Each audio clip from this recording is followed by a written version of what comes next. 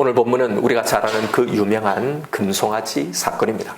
모세가 십계명 돌판과 성막에 관한 모든 지시사항을 받기 위해서 시내산 위로 올라가 거기 머무는 동안 백성들은 산 아래서 금송아지를 만들어 우상 숭배를 하는 일을 벌인 겁니다. 오늘 본문에는 이 일을 어떻게 처리하고 다루었는지에 대한 이야기예요. 하나님은 모세를 내려보내시면서 내가 이들을 진멸할 거라고 말씀하시고, 모세는 십계명 돌판을 그들의 범죄를 보고 던지면서 깨뜨립니다. 그리고 그들이 만든 금송아지를 불살라 가루로 만들어서 물에 타서 이 물을 백성들에게 마시게 하는 거예요. 그리고는 모세는 아론에게 책임을 묻습니다. 아론은 백성에게 책임을 전가하면서 변명하기에 급급하죠. 이 사건의 처리는 여기서 끝나지 않습니다. 모세는 백성들에게 하나님 편에 있는 자는 다 내게로 나오라고 말하자 레위 자손들이 나오고 그들에게 칼을 차고 우상 숭배자들을 진멸하라고 명령합니다. 그렇게 해서 백성 중에 3,000명가량이 심판을 당해 죽게 되는 거예요.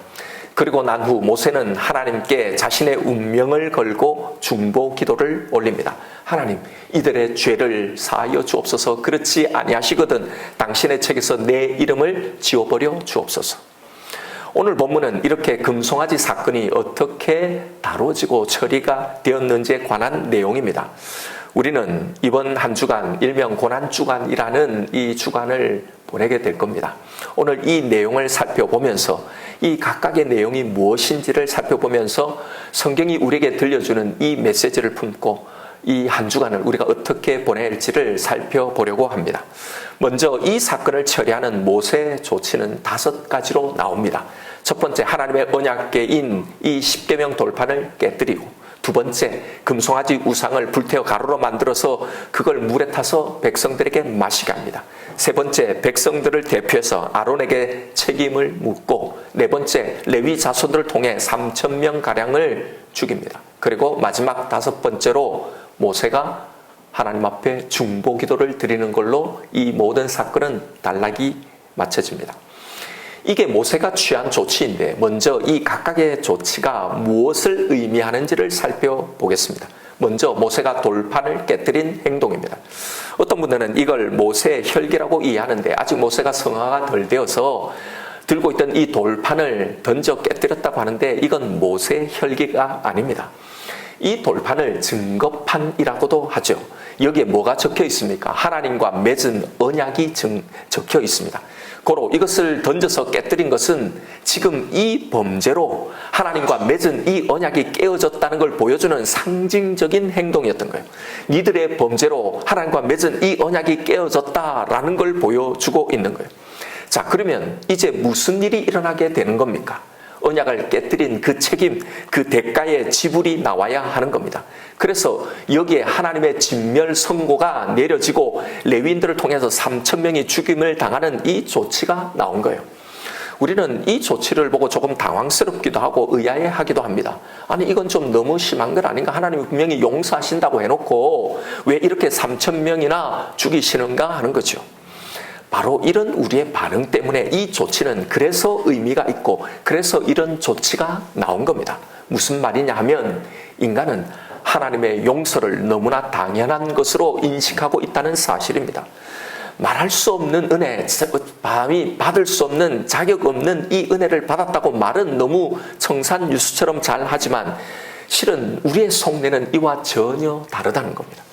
이 이스라엘 백성들을 한번 예로 들어볼까요? 이들은 하나님과 언약을 맺었습니다. 그런데 이들 자신의 악함으로 지금 여기에 이 언약이 파기된 거예요. 깨어진 겁니다. 그러면 당연히 언약 파기에 대한 책임을 져야 하잖아요. 그게 바로 진멸입니다. 다 죽어야 마땅한 겁니다. 그래서 이 언약을 맺을 때 언약의 제물인 이 짐승을 죽여서 그것을 각을 떠고 쪼개서 그 피를 제단과 백성들에게 뿌림으로 이 언약을 맺었던 거예요. 왜요? 이 약속을 어기면 이 제물처럼 죽임을 당한다는 이 약속을 맺은 겁니다.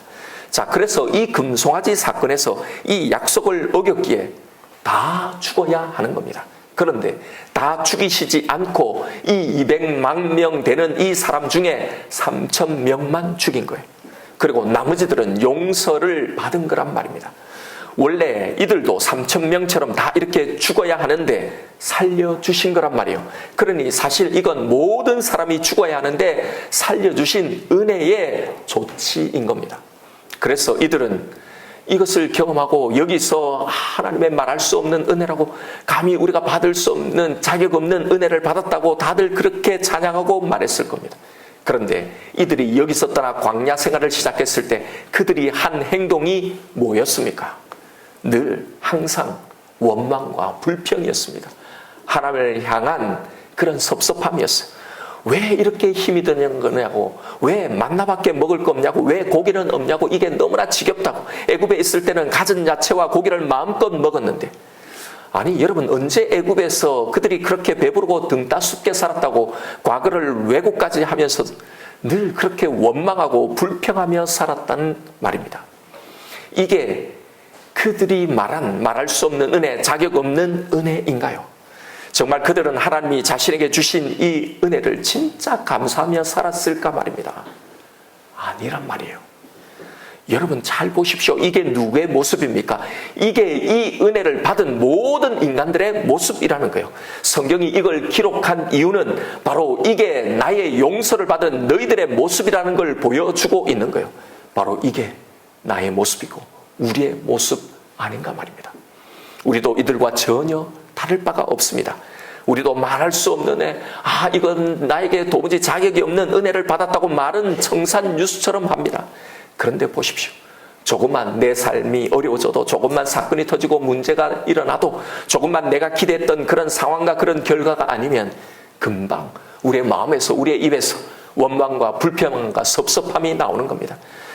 아니 해도 어떻게 이럴 수 있냐고, 이 해도 너무한 것 아니냐고, 하나님은 도대체 이것 하나 해결해 주시지 못하냐고, 당신 도대체 뭘 하고 계시는 거냐고, 나한테 해준 게 뭐냐고요. 우리는 이미 그때 이 3,000명처럼 죽어야 마땅한, 아니 죽었어야 할 그런 존재인데, 그래서 지금 그렇게 있는 것도 불만스럽다고, 있는 것 이것조차도 다 걷어가셔도 할 말이 없는 존재인데 이러고 있단 말입니다. 바로 여기서 하나님이 왜 이런 조치를 취하셨는지 그 이유가 나오는 거예요. 이건 모세의 개인적인 분노가 아닙니다. 27절 말씀을 보십시오. 이건 하나님이 직접 하신 명령입니다. 모세가 그들에게 이르되 이스라엘의 하나님 여호와께서 이렇게 말씀하시기를, 너는 각각 허리에 칼을 차고 진 이 문에서 저 문까지 왕래하며 각 사람이 그 형제를, 각 사람이 자기 친구들, 각 사람이 자기 이웃을 죽이라 하셨느니라. 왜 용서한다고 하셨는데, 왜 용서하실 건데 여기에 3,000명의 사람을 진멸하시는 이런 조치를 취하게 하셨을까 하는 겁니다. 이건 여러분, 죄는 그냥 사해져서 용서해 주셔서 사라지는 게 아니라 반드시 다루어져야 한다는 사실을 보여주고 있는 겁니다. 이건 죄는 그냥 하나님의 말씀 한마디로 그냥 내가 용서해 줄게 해서 처리되는 것이 아니었다는 걸 보여준 겁니다. 죄는 그냥 없어지지 않습니다. 반드시 그 죄에 대한 합당한 대가, 그 처리가 있어야 한다는 거예요. 이걸 보여주시려는 겁니다. 하나님과의 언약의 이 파기는 죽음으로 그 책임을 져야 합니다. 바로 이 사실을 모르니 백성들이 방자에서, 그리고 목이 고다져서 살아가는 겁니다. 우리 자신들이 받은 이 용서, 이 은혜가 어떤 것인지를 도무지 모르고 있단 말이에요. 나의 모든 죄는 여러분 다 이렇게 다루어졌다는 사실을, 그 사실을, 내가 지은 죄 하나하나가 다 이렇게 다루어진다는 사실을 우리는 정말로 제대로 알고 인지하고 있나요? 그래서 나의 이 모든 죄를 용서받기 위해서 나 대신에 내가 받아야 할 그 형벌을, 내 모든 죄의 대가를 누군가가 내 대신에 받았다는 사실을 정말 우리는 알고 있습니까? 내가 받은 은혜가, 용서가 이런 거라는 걸 진짜 알고 있습니까? 아니 왜 내가 그걸 모릅니까? 예수님이 내 죄를 위해서 내 대신에 십자가에 달려 돌아가셨다는 걸 왜 내가 모르겠어요 하시겠지만요. 그런데 여러분, 정말 우리가 이걸 안다면, 예수가 아니었다면 내가 알고 지은 죄, 모르고 지은 내 모든 죄와 내 모든 허물들을 다 하나도 빠짐없이 어떻게 해서든지 나에게 다 다루어져야 했다는 걸 진짜 알고 있는 내가, 그걸 너무나 잘 안다는 내가 지금 어떻게 하나님을 믿고 어떻게 신앙생활하고 어떻게 살아가고 있는지를 보라는 말입니다. 정말 이것 하나만으로 나는 감사하고 이것 하나만으로 다른 것은 없어도 괜찮다고 고백하고 있나요? 내 인생에 이것 하나로 충분하다고 진짜 그렇게 믿고 살아갑니까? 늘 감사해도 부족할 판에, 늘 고마워하고 이것만으로도 만족하고 이것 하나만으로도 충분해야 할 판에 우리의 마음은 늘 죽을 상입니다. 늘 화가 나 있고 늘 불만투성이고 늘 우울하고 늘 만족하지 못하며 살아가는 겁니다. 하나도 감사하지 못하는 겁니다. 이걸 정말로 심령 깊이 인정하고 고백한다면 여러분 어떻게 이런 모습으로 살아갈 수 있는가 말입니다. 그러니 사실은 이걸 진짜 모르고 이런 방자한 신앙생활을 하고 있지 않느냐 말입니다. 그래서 레위에게 칼을 차고 그 칼로 이들을 치라고 하신 겁니다. 너희들이 받은 그 용서가 어떤 것인지를 바로 알아야 한다고. 그냥 예수의 피로 다 해결되었네라고 쉽게 말해서는 안 된다고. 그냥 그렇게 말하고 지나쳐버리는 그런 값싼 은혜가 아니라고 말입니다. 그래서 하나님은 오늘 이 시대의 레위들에게 이 칼을 맡기신 겁니다. 그런데 저를 포함한 이 시대의 레위들이 이 일을 안 하려고 하는 겁니다. 오히려 백성들의 이런 방장들, 이런 목이 고든 행동을 부추기는 일을 하는 겁니다. 하나님 주신 이것 외에 또 다른 금송아지를 만들어서 그것을 섬기게 만드는 겁니다. 그걸로 위로를, 만족을, 복을 누릴 수 있다고 속이는 겁니다. 그래서 그 앞에 더 열심히 기도하고 더 열심히 헌신하고 더 많은 헌금을 하고 하나님을 마음을 움직여 바라는 거예요. 하나님이 감동할 그런 헌신을 해보라는 겁니다. 믿어보라고, 충성해보라고 하는 겁니다. 그래서 하나님께서 이 모든 축복을 나에게 주시도록 그렇게 해보라는 겁니다. 여러분, 이게 현대판 금송아지를 섬기는 것 아니고 뭐냐 말이에요. 그런 건데도 오히려 이게 너희를 인도해낸 적과 꿀로 너희를 인도할, 하나님의 축복으로 인도할 너희의 하나님이라고. 이런 게 믿음이라고, 이런 게 신앙이라고, 이런 게 기도라고, 이런 게 축복이고, 이런 게 구원이라고 그러면서 말입니다. 그러면 백성들이 바로 이 앞에서 먹고 마시며 뛰노는 겁니다. 이게 하나님이 가장 싫어하는 우상 숭배인지 모른 채 말입니다. 그래서 하나님은 당신 편에 선 레위들에게 칼을 차고 이들을 죽이라고 하신 겁니다. 여러분, 오늘날 이 칼이 뭔가요? 말씀입니다. 무슨 말씀이요? 성경의 이 말씀, 이것을 그대로 전하는 겁니다. 그래서 방자고 교만하고 하나님 없이도 살아가려고 하는 내 자아를 죽이게 만드는 겁니다. 내가 어떤 존재인지를 보게 만드는 겁니다. 모든 하나님의 축복을, 우리는 축복받기 위해 태어난 사람이라고, 하나님 주신 이 축복을 누리자고, 사람들이 듣기 좋은 소리, 원하는 위로, 원하는 내용이 아니라 성경이 뭐라고 말씀하신지 그것을 전하는 겁니다. 그게 뭡니까? 네가 어떤 존재인지를 보라는 겁니다. 이 이야기입니다. 우리가 계속 이 말씀을 확인해 오고 있지 않습니까? 우리가 바로 여기 이 우상 숭배를 벌이고 있는 이 자리, 여기서 당장 죽어야 할 그 3,000명 사람이었다는 걸요. 예전에 그랬는데 지금이 아니라 지금도 여전히 그 사람이라는 걸요. 그런데 이런 은혜를 받고도 이런 배은을 하며 살아가는 존재라는 걸, 그래서 당장 죽어도 할 말이 없는 존재라는 걸, 지금 왜 이게 이렇게 안 되는 거냐고, 힘들다고 징징거리고 있는 불만 가득한 자들을 향해서, 방자고 목이 고든 그런 자들을 향해서 하나님 외에 또 다른 것을 의지하려고 찾아 나온 그들을 향해 바로 이래서, 이게 우리의 모습이, 바로 이래서 우리는 100번, 1000번, 10,000번 이 자리에 죽어도 할 말이 없는 존재라는 걸, 지금 어렵다고 불만 가득하지만 사실 더 어렵게 우리가 되어도 할 말이 없는 존재라는 걸, 바로 이 사실을 말해줘야 하는 겁니다. 이게 바로 하나님 편에 선 레위가 휘둘러야 할 칼입니다. 하나님 앞에서 우리가 들어야 할 하나님의 음성이란 말입니다. 그래서 지금 내가 누리고 있는 이 구원이, 이 용서와 이 은혜가 어떤 가치가, 어떤 능력이 있다는 걸 알아야 하는 겁니다. 이 은혜, 이 용서는 그냥 하나님이, 창조주 하나님이니까, 신이니까 내가 그냥 용서해 줄게 한마디로 이렇게 이루어진 게 아니라 바로 하나님 당신 자신이자 당신의 아들 예수가 내 대신에 그 모든 형벌과 저주를, 그 죽음을 받아서 이루어진, 그렇게 받은 용서, 그런 구원이라는 걸요. 여러분, 이게 왜 그렇게 중요합니까? 부모에게 자식보다 중요한 것이 없기 때문입니다. 그래서 이 십자가는 우리에게 가장 강력한 증표이고 능력인 겁니다. 여러분, 자식을 잃은 부모가 못할 일이 무엇이 있습니까? 아무것도 없기 때문입니다. 바로 이 당신의 아들을 나를 위해 기꺼이 잃은 이 하나님이 이 당신의 아들을 걸고 우리에게 이 구원의 언약을 하신 거란 말이에요. 내 아들을 걸고 내가 약속한다고, 내가 너를 영원히 용서하고 영원히 사랑한다고 말입니다.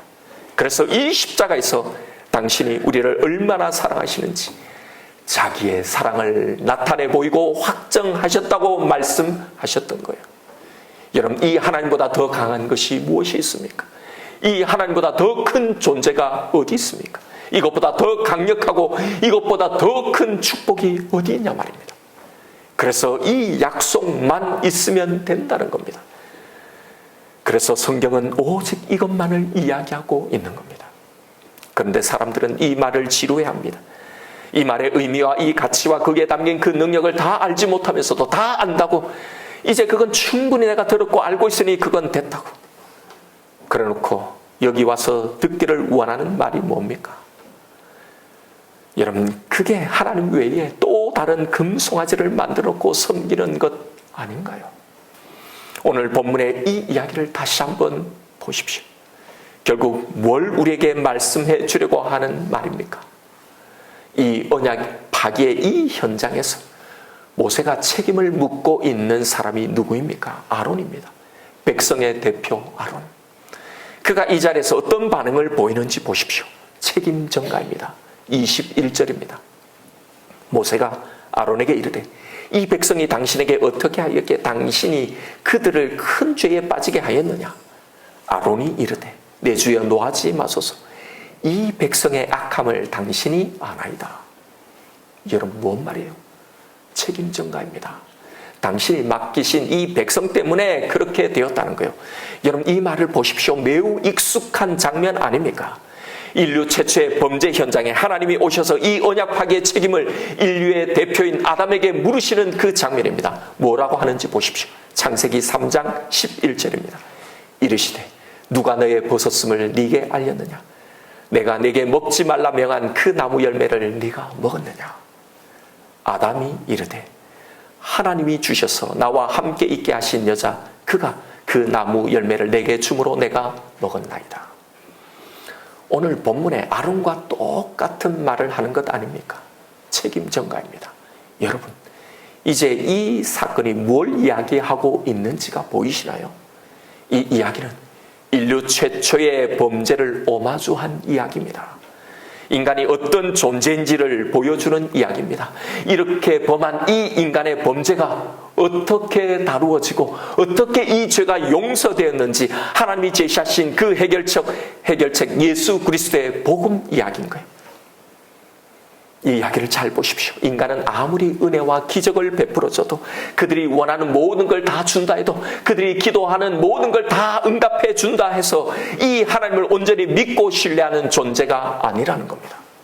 아무리 자신들의 모든 의지를 끌어모아 약속을 하고 결심을 하고 또 다짐을 해도 사실은 그걸 지킬 능력이 전혀 없는 존재라는 겁니다. 그래서 보십시오. 지금 이 일이 언제 일어나는 겁니까? 이들이 그렇게 놀라운 하나님의 그 출애굽의 역사를 경험하고 감격해서 그 하나님 앞에 당신만을 섬기겠다고 언약을 해놓고 언약식을 마치자마자 그들이 첫 번째 한 게 뭐예요? 바로 이 범죄란 말입니다. 바로 이걸 보여주고 있는 겁니다. 아무리 거기서 결심하고 해도요. 자, 여러분, 이렇게 인간이 어떤 존재인지가 철저히 밝혀진 겁니다. 그러면 이 언약대로, 이 약속대로 이 인간을 전멸시켜야죠. 정령 죽으리라 하셨으니 약속대로 반드시 죽이셔야죠. 그러면 이제 하나님의 창조물인 이 인간은 실패로 끝나고 영원한 진멸과 영원한 저주 아래 떨어져 버리는 거예요. 아니요. 그래서 바로 여기서 이제 창조주 하나님의 해결책이 나왔던 겁니다. 출애굽기 여기에는 바로 성막으로 그려져 있습니다. 그래서 이 출애굽기 이야기의 구조가 이 인간의 범죄 앞뒤를 감싸고 있는 이 성막의 이야기로 되어 있는 겁니다. 여러분, 돌아가서 이 출애굽기에 지금 이 금송아지 사건의 이 구조가 어떻게 되어 있는지를 보십시오. 출애굽기에서 이 부분의 구조를 보면 이렇게 되어 있어요. 오늘 본문에 읽은 우리가 금송아지 이 사건, 인간이 범한 이 죄, 이 가운데 두고 이 양옆으로 성막 이야기를 감싸고 있는 겁니다. 이렇게 이 이야기 구조를 통해서 바로 이 메시지를 분명히 하고 있는 거예요.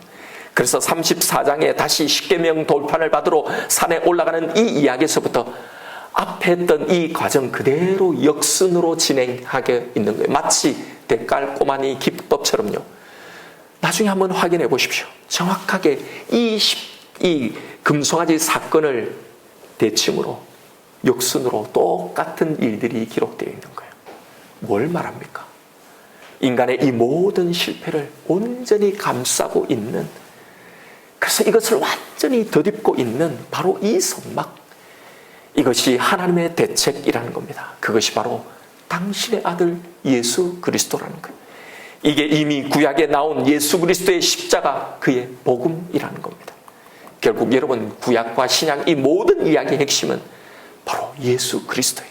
그래서 구약의 이 모든 율법이 주어진 그 이유는요, 이걸 잘 지켜서 구원을 받으라는 게 아니라 이걸 통해 너희가 어떤 존재인지를 보라는 거예요.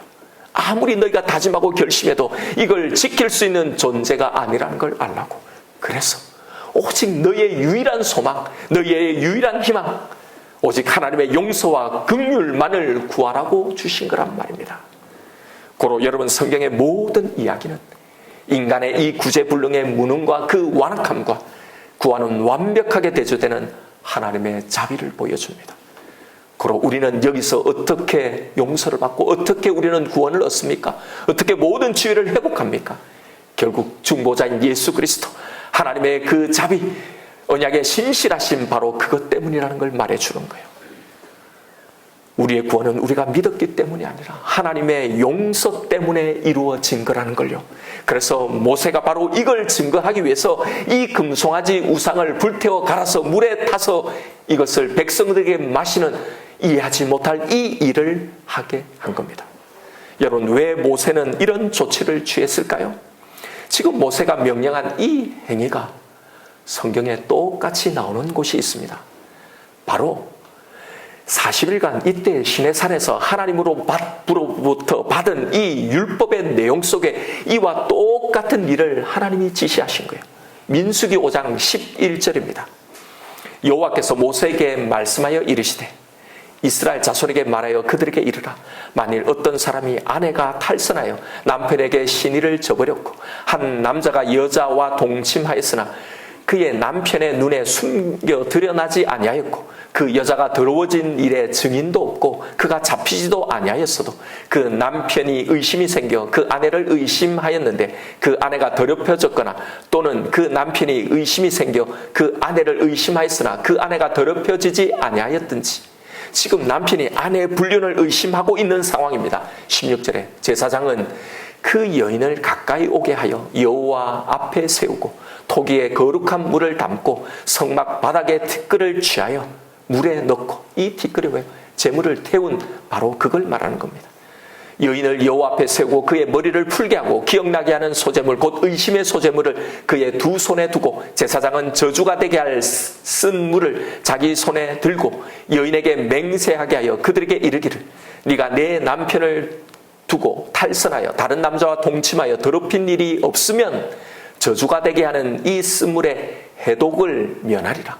그러나 네가 네 남편을 두고 탈선하여 몸을 더럽혀서 내 남편 아닌 사람과 동침하였으면 제사장이 그 여인에게 저주의 맹세를 하게 하고 그 여인에게 말할지니라. 여호와께서 네 넓적다리가 마르고 내 배가 부어서 내가 내 백성 중에 저주거리 맹세거리가 되게 하실지라. 이 저주가 되게 하는 이 물이 내 창자에 들어가서 내 배를 붓게 하고 넓적다리를 마르게 하리라 할 것이요. 여인은 아멘 아멘 할지니라. 자, 여러분, 이 절차의 핵심은요, 성막 바닥에 이 티끌을 취하여 저주의 물을 타서 마시게 하는 거예요. 음행한 그 여인에게 이 여자의 음행이 사실이면 저주가 임한다는 것이 이 법의 골자입니다.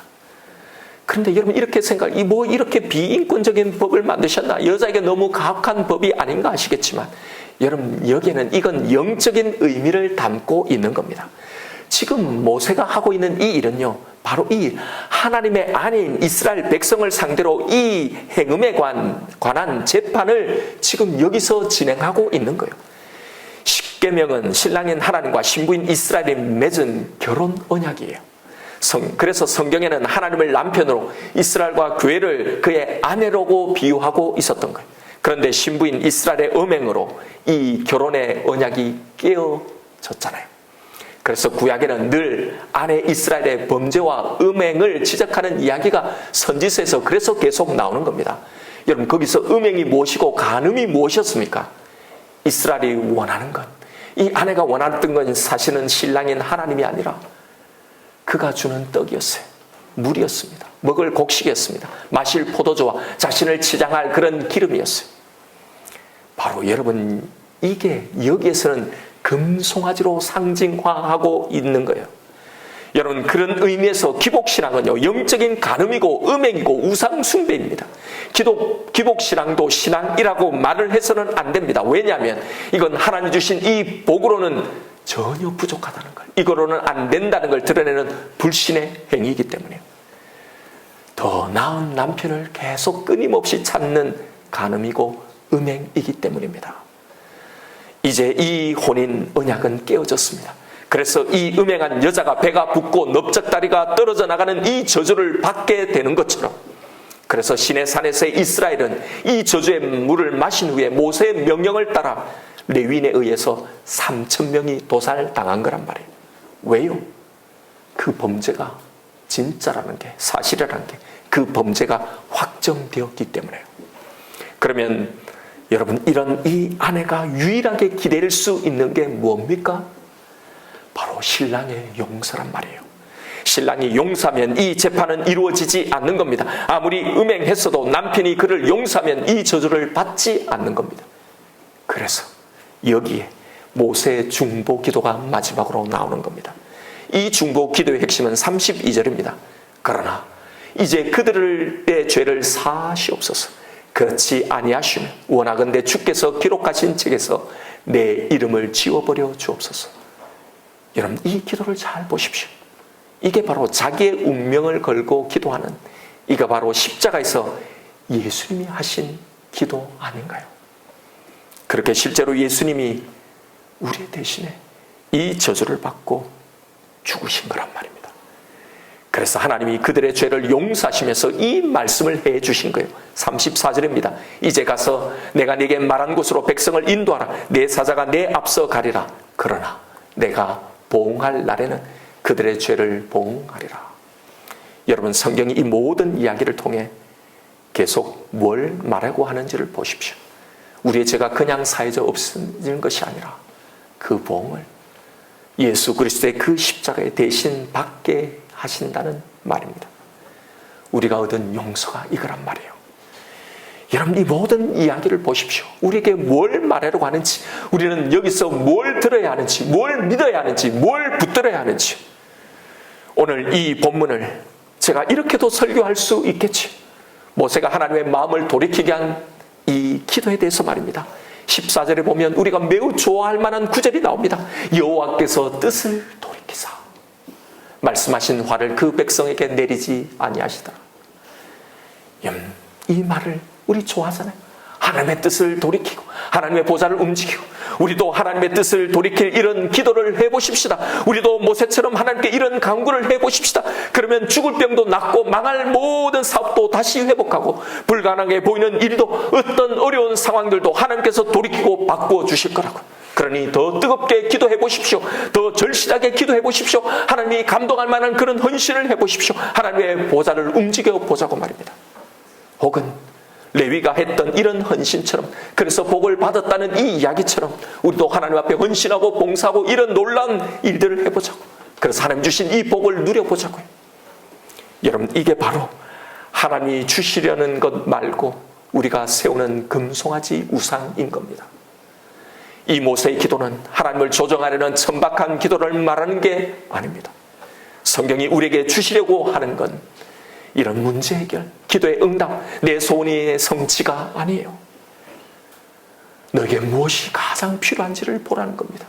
오늘 이 사건을 통해서도 그런데도 떡이, 물이, 기름이, 포도주가 필요한 거냐? 내 넓적다리가 떨어져 나가고 내 창자가 부어 죽게 될 건데 네가 가장 내게 필요한 게 무엇인지를 보라. 너에게 해결해 준 나의 십자가가 너에게 준 것이 무엇인지를 보라는 겁니다. 우리에게 가장 필요한 것, 우리에게 진짜 강력한 힘, 가장 큰 복, 이게 무엇인지를 알라는 겁니다. 여러분, 이 능력을 이제는 좀 알아보려고 하십시다. 이게 뭔지를 누리고 이걸 진짜로 써 먹어보십시다. 이걸 사용해 보잔 말입니다. 뭘 믿어야 할지, 우리가 진짜 이 상황에서 뭘 붙들어야 할지를 제대로 알고 그걸 하고 그걸 붙드십시다. 엉뚱한 것, 가짜이고 거짓, 미혹의 것을 붙들지 말고요.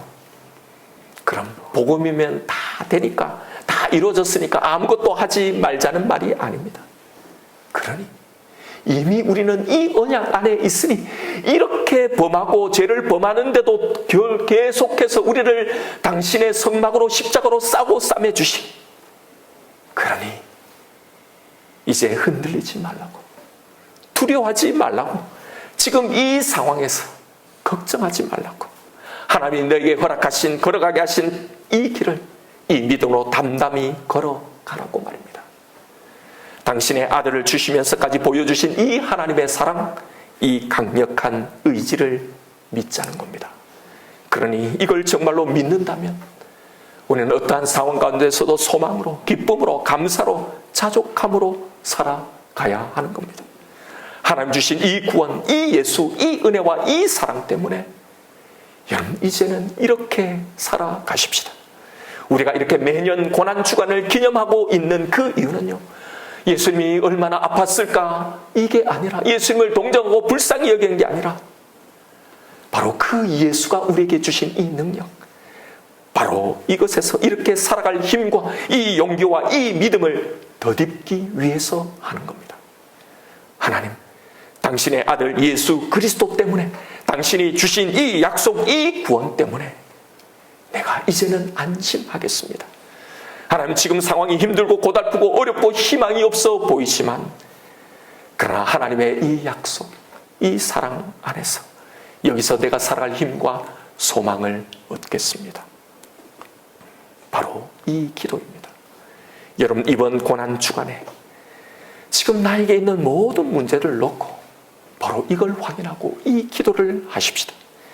그게 영적인 문제든 나의 구원의 문제든 내가 지금 겪고 있는 이 땅의 모든 사건들과 그런 이 땅의 문제든지 간에 이 모든 것의 궁극적인 해법은 바로 하나님의 이 사랑, 이 약속 안에 담겨 있습니다. 바로 이것으로 해결되어져야 하는 겁니다. 여러분, 될 때까지 다른 해법, 또 다른 금송아지를 만들어 찾지 말고 오직 이것으로 그것을 정면 돌파하고 그것으로 그 문제를 관통해 보십시다. 이게 이 고난주간에 우리가 경험해야 할 일입니다. 이 사랑 때문에 여러분 진짜 안심이 되고 이제 진짜 하늘의 평강을 누려야 합니다. 반드시 그렇게 될 것입니다.